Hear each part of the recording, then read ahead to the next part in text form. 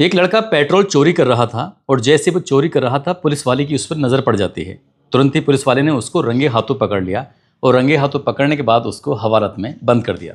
उस लड़के को हवालात में बंद किया जाता है। उसके खिलाफ कोई भी कार्रवाई होती उससे पहले ही एक और पुलिस का कांस्टेबल आता है और कांस्टेबल आने के बाद वो इधर उधर बातचीत कर रहा था।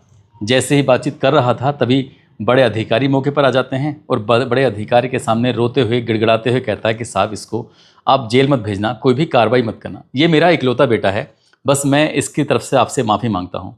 जैसे ही उसने रिक्वेस्ट करना शुरू किया, बड़ा अधिकारी भी पसीज जाता है देखते हुए कि देखो पुलिस वाले का बेटा है। तभी वो उसे डांटते हैं, डांटते हुए कहते हैं कि बेटा, अगर भविष्य में तुमने कोई ऐसी हरकत की तो देख लेना, तुम्हारे खिलाफ बहुत बड़ी धाराओं में कार्रवाई करूंगा। ये कहते हुए उस लड़के को घर जाने दिया। लेकिन लड़का इकलौता था, पुलिस वाले का बेटा था, उसके लिए कोई अंकुश लगाना बहुत मुश्किल काम हो रहा था। बचपन से ही बहुत ज़्यादा लाड़ प्यार से जो पल रहा था।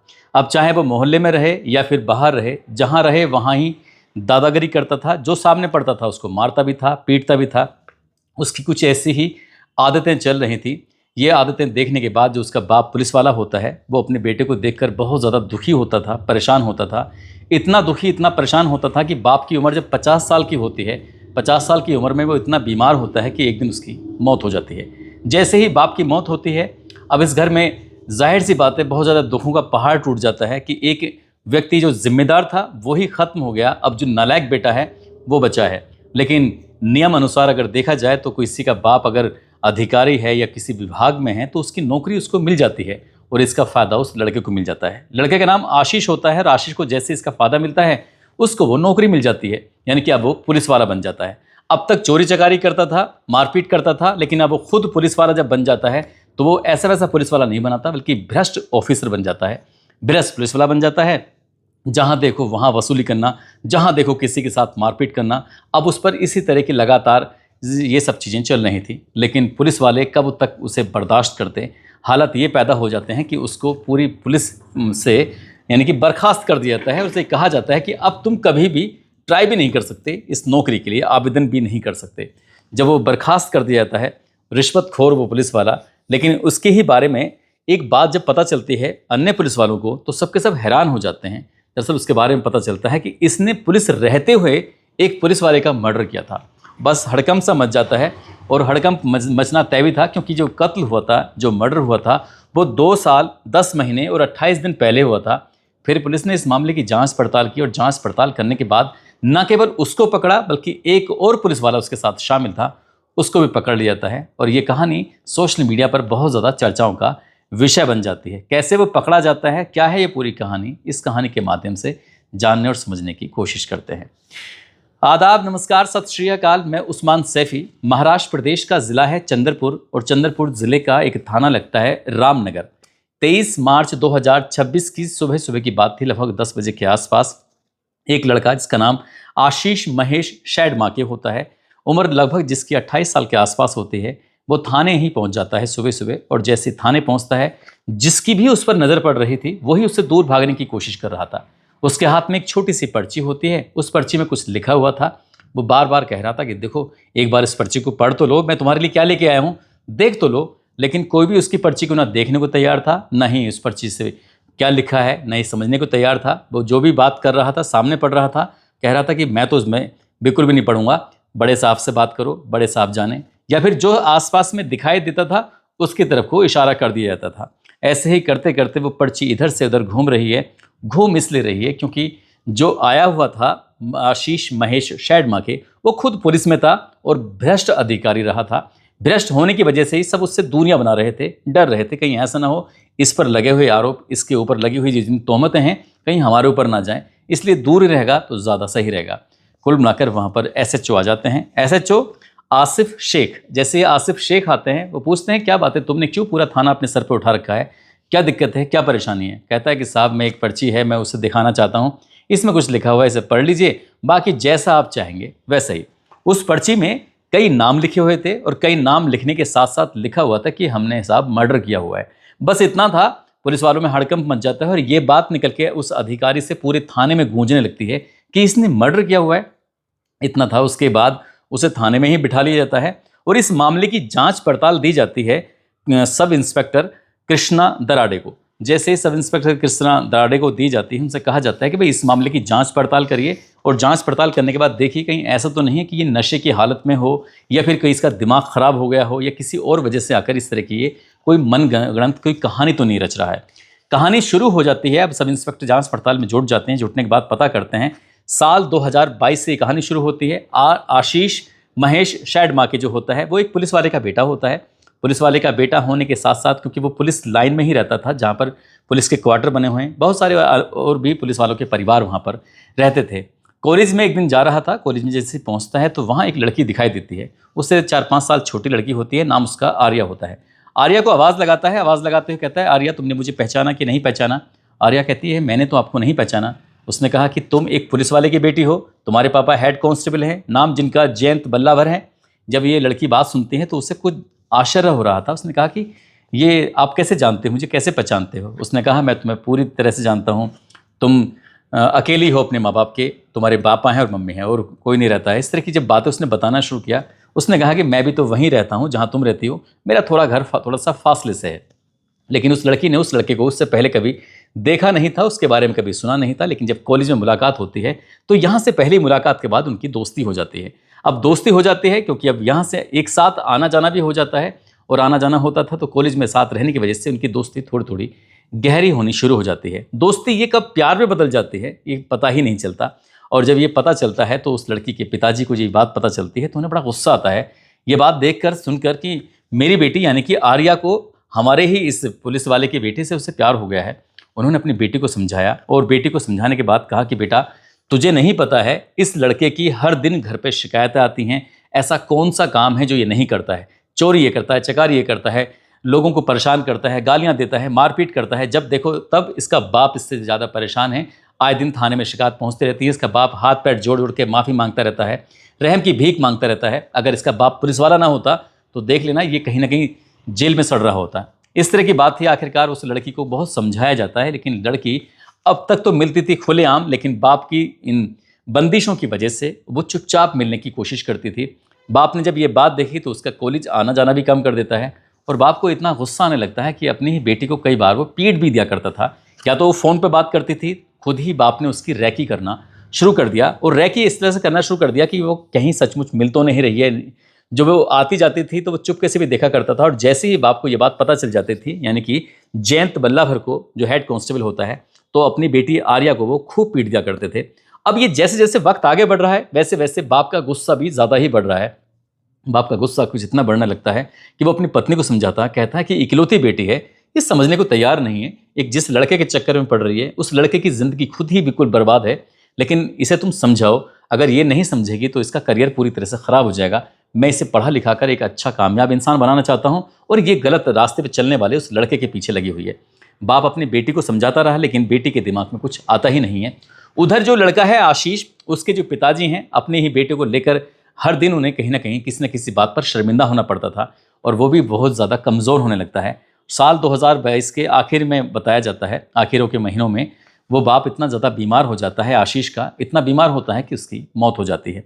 बाप की मौत हो जाती है और बेटे को उसकी मृतक आश्रित में नौकरी मिल जाती है और जैसे ही बेटे को नौकरी मिल जाती है तब आसपास के लोग ये कहने लगते हैं कि शायद ये अब सुधर जाएगा क्योंकि इसकी जो हरकतें हैं बाप ने कभी उस पर मुकदमा दर्ज नहीं होने दिया। यदि मुकदमा दर्ज हो जाता तो शायद उसको कभी नौकरी अपने बाप की जगह मिल ही नहीं पाती। अब लड़की भी बहुत ज़्यादा कॉन्फिडेंट हो जाती है। उसे लगने लगता है कि अब मेरे पापा शायद कभी एतराज़ नहीं करेंगे क्योंकि उसकी सरकारी नौकरी लगी चुकी है, वो अपने पैरों पर खड़ा हो चुका है, सब कुछ ठीक हो जाएगा। लेकिन लड़की के बाप ने साफ साफ इनकार कर दिया। भले ही चाहे वो पुलिस में लग गए हैं, चाहे उसकी सरकारी नौकरी है, उससे दूर रहना है तो दूर रहना है, पास जाने की कोशिश मत करना, लेकिन अगर करोगी तो मुझसे बुरा तुम्हारे लिए कोई नहीं होगा। बाप अपनी बेटी को लगातार ऐसे ही समझाता रहा। जब बेटी मानने को तैयार नहीं होती थी तो मारपीट हो जाया करती थी। बेटी मानने को तैयार नहीं होती थी तो बाप ने फिर शराब पीना शुरू कर दिया। शराब पीता था, कम खाता था और वो उसकी दिन पर दिन सेहत गिर भी रही थी, यानी कि वो परेशान हो रहा था अपनी बेटी से। इधर बाप ने जब बेटी को लगातार मारपीट करता था तब उस लड़के से मिलने जुलने में जब आपत्ति होती थी तो लड़की ने उस लड़के से कहा कि मेरा बाप मुझे रोज़ परेशान करता है कि क्या इसका कुछ तुम हटाने के लिए रास्ता नहीं कर सकते, कुछ तरकीब नहीं सुझा सकते। तभी आशीष और आर्या ने मिलकर एक प्लान बनाया, क्यों ना इन रास्ते से हमेशा हमेशा के लिए ही हटा दिया जाए। और जो हमेशा के लिए रास्ते से हटाने की जब तरकीब सूझी तब इन्होंने सोचा कि क्यों ना इनके खाने पीने में कोई जहरीला पदार्थ मिलाया जाए और जहरीला पदार्थ मिलाने के बाद इन्हें हमेशा हमेशा के लिए नींद की मतलब मौत की नींद सुला दिया जाए। कुछ इस तरह की प्लानिंग थी और इस तरह की प्लानिंग पूरी हो जाती है 24 मार्च 2023 को।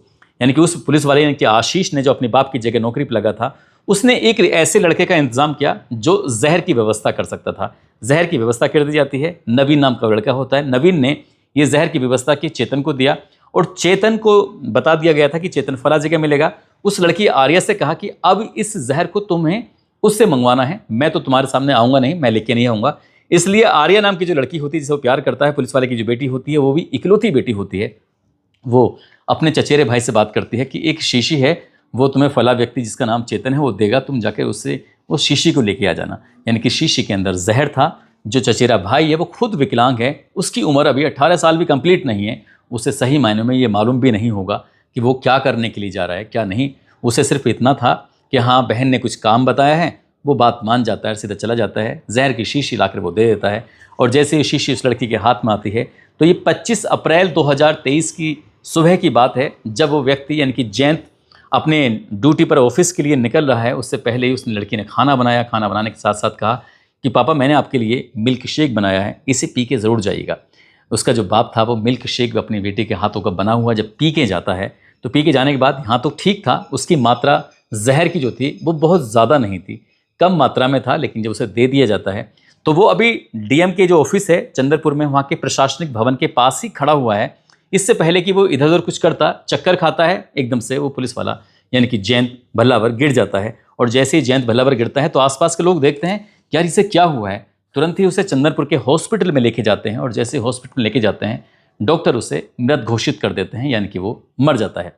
जैसे उसका मरना था ये सूचना उस लड़की को पता चलती है, उसकी माँ को पता चलती है। माँ और बेटी रोते हुए आती हैं। माँ को इस बारे में बिल्कुल भी नहीं पता था कि ये जो भी कुछ हुआ है उसकी बेटी की वजह से हुआ है। आखिरकार माँ बेटी वहाँ पहुँचती हैं, रो रो कर उनका बुरा हाल हो जाता है।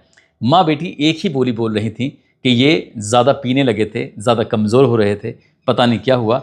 उधर जो पोस्टमार्टम होता है, पोस्टमार्टम से ये क्लियर ही नहीं हो पाता कि मौत की असली वजह क्या थी। हालांकि मौत में कुछ संशय था, अप्राकृतिक मौत घोषित तो कर दी गई थी। जो बिस्तर रिपोर्ट थी वो जांच पड़ताल के लिए भेज दी गई थी, लेकिन जब लड़की ने जो बयान दिए, उस लड़की के बयान के आधार पर पुलिस वालों ने भी मान लिया कि हाँ ठीक है, हो सकता है कि नेचुरल मौत हुई हो।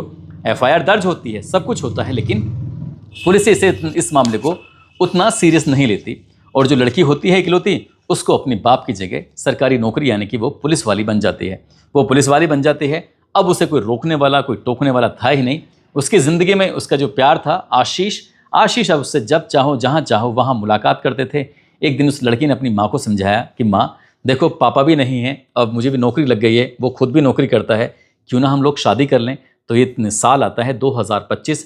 इन दोनों ने फिर शादी कर ली। शादी करने के बाद ज़िंदगी को आराम से जीने की कोशिश कर रहे थे, लेकिन जो आशीष होता है, क्योंकि वो आदतन अपराधी बन चुका था, अब वो पुलिस वाले से पहले जैसे चोरी चकारी करता था, मारपीट करता था, बदमाशी किया करता था, अब उसके पास वर्दी आ चुकी थी। वर्दी में रहकर वो पुलिस वाला गुंडा बन जाता है, यानी कि भ्रष्ट बन जाता है।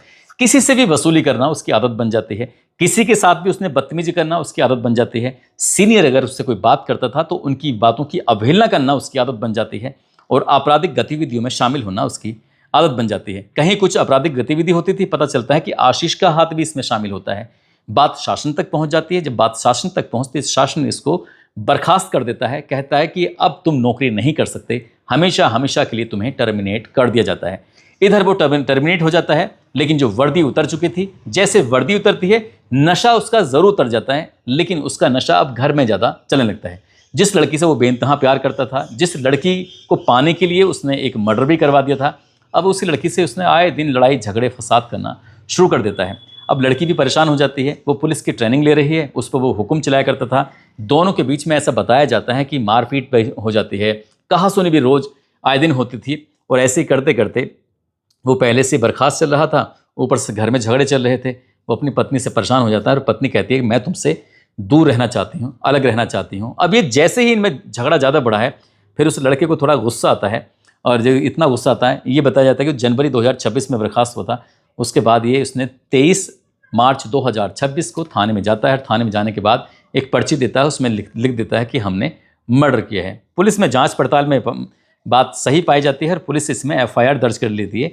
FIR 421/2026 महाराष्ट्र प्रदेश का जिला चंद्रपुर और चंद्रपुर जिले का थाना रामनगर में, IPC की धारा 120B, 201, 302 और 34। दरअसल मामला ये साल 2022 का है, तो इसलिए इसमें IPC की धारा लगाई जाती हैं पुराना मामला होने की वजह से, क्योंकि अपराध जो हुआ था वो 25 अप्रैल 2022 को हुआ था, और जो अब BNS की धाराएं लगाई जाती हैं वो जुलाई 2024 के बाद से लगाई जाती हैं। ये कई लोगों को कन्फ्यूजन हो सकता है।